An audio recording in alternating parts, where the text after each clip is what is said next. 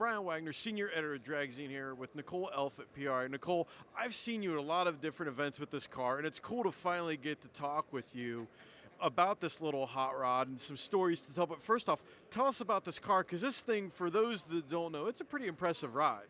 Yeah, so this is my 1,500 horsepower, 4-cylinder Honda Civic.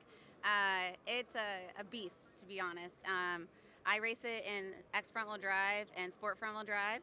So I'm running a 4-piston engine here, and I'm running a Precision 73.9 Next-Gen R Turbo, all tuned and controlled by Motec.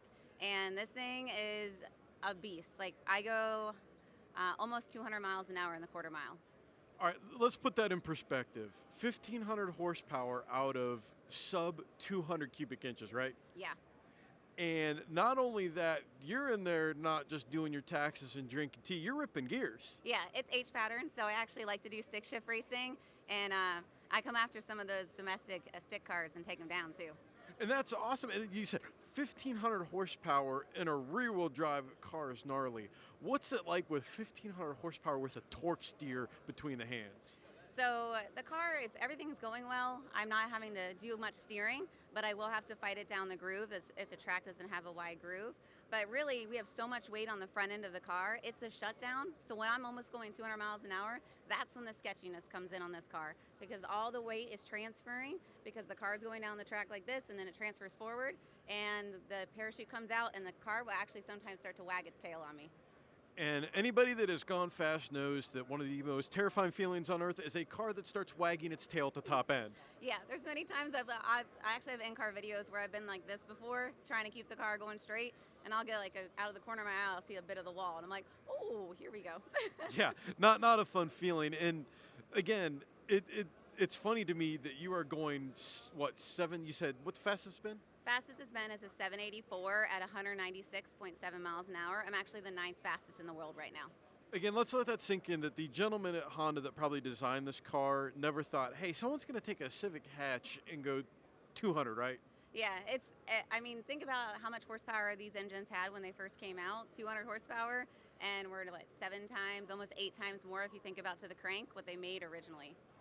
And the other cool thing is, like, you guys are literally a 2-person operation. I've seen you at the World Cup. I mean, you're up there doing just as much work as anybody else. What's it like for you guys trying to maintain a car like this as a 2-person operation?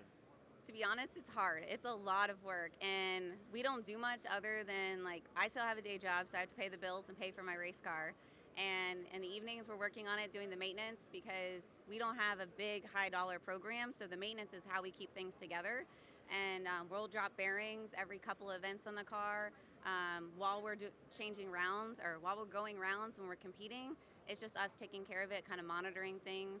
And yeah, it's a lot of work, but we work really well together. We're probably an unusual combo, husband and wife team. So we can get really close, we can tell each other what we're thinking, and I think our communication is one of our strengths, actually. And it's funny the way you talk about that. It's so important when you're running one of these cars. And, you know, I've helped out on a very small team as well, that people think it's lawn chairs and battery chargers. It's not on a heads-up car. Like, if everything goes perfectly, you're just doing a basic turnaround. If there's like, you're looking at data log, there's any type of hiccup, things get gnarly in a hurry, right? Yeah, so we've actually got it down. We can turn the car around in 20 minutes, but that means you have to check the tires, because we'll chunk tires occasionally. You got to refill the oil, because I have about 2 quarts of blow-by every time too, because we run them really loose. And then you're going over, packing the chute, going over the data to see what's going on, and then anything else that goes wrong, you're basically troubleshooting. And to that degree, a 20-minute turnaround is pretty solid, because, you know, like, you've won the World Cup. You know what it's like during the later rounds. The pace can pick up in a hurry, and honestly, that can be the difference between winning and losing. Yeah, it is. So actually, while I'm going down the return road, I'm kind of doing my assessment of how the car is running, looking at all my gauges, trying to figure out what's wrong, thinking about the pass, and if there's anything I'm going to translate to him as soon as we're getting at the scales to pick up and get ready for the next pass. We actually double entered a front-wheel drive Honda at an event, and I won both classes. That's impressive, because, again, double entering a heads-up car, we've done that before strategically based on a car count. But again, that's one of those things where it seems like a good idea at the time until you really got to, like, until something bad happens, you're like, oh, well, this isn't fun anymore. No, it was an exhausting day, and I told my husband we'll never do it again. It was my bad idea, but there's literally a photo of me like waiting to take our winter circle pictures. I'm just like laying on the ground dead because I was turning the car around in my fire suit. I didn't have time to take it off, and it was like probably 90 degrees that day. And anybody that is worn out, how many layers is your fire suit? 15 layer. Okay, yeah, so definitely I've got a 20 layer. Anybody that has worn one of those suits on a 90-degree day, let alone doing, props to you, because I am having a bad time just sitting in the car. I couldn't imagine turning a car around. That's impressive. But that's probably a good thing I'm a runner, so I have all that endurance built into me, I guess.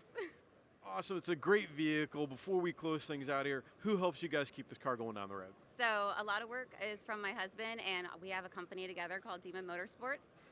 4 piston cylinder heads have helped us out with our engine package, precision turbo and engine. I'm in their booth today, which is amazing. They've been a great supporter. And Ramy Racing and Drive Shaft Shop. And of course, if people want to learn more about where you guys are going, buy merch, see what's going on, is there Facebook, website, socials? What do you got? I got all of it. So you can follow me on Instagram at Miss PSI. Same thing. I have a Facebook page, and I have my own website. It's called misspsi.com. So come check it out. There you go. Make sure you check out the Miss PSI website. Trust me, this car is impressive. Go on YouTube and look up some of the videos. This thing is a gnarly ride right here at PRI.